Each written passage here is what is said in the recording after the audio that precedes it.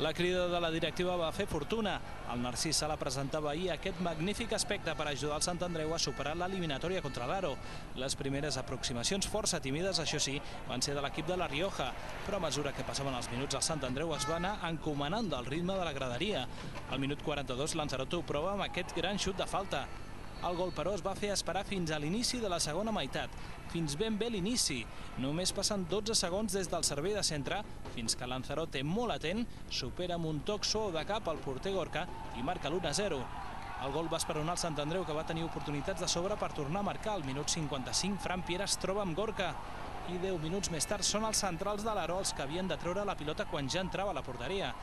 El patiment de l'afició i del president Joan Gaspart va tenir recompensa.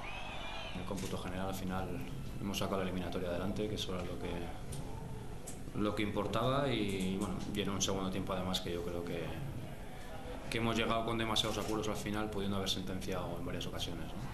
Els quadribarrats s'enfrontaran a l'Arandina a la final del play-off. Els burgalesos són l'últim obstacle que li queda al Sant Andreu per retornar un any després a la segona B.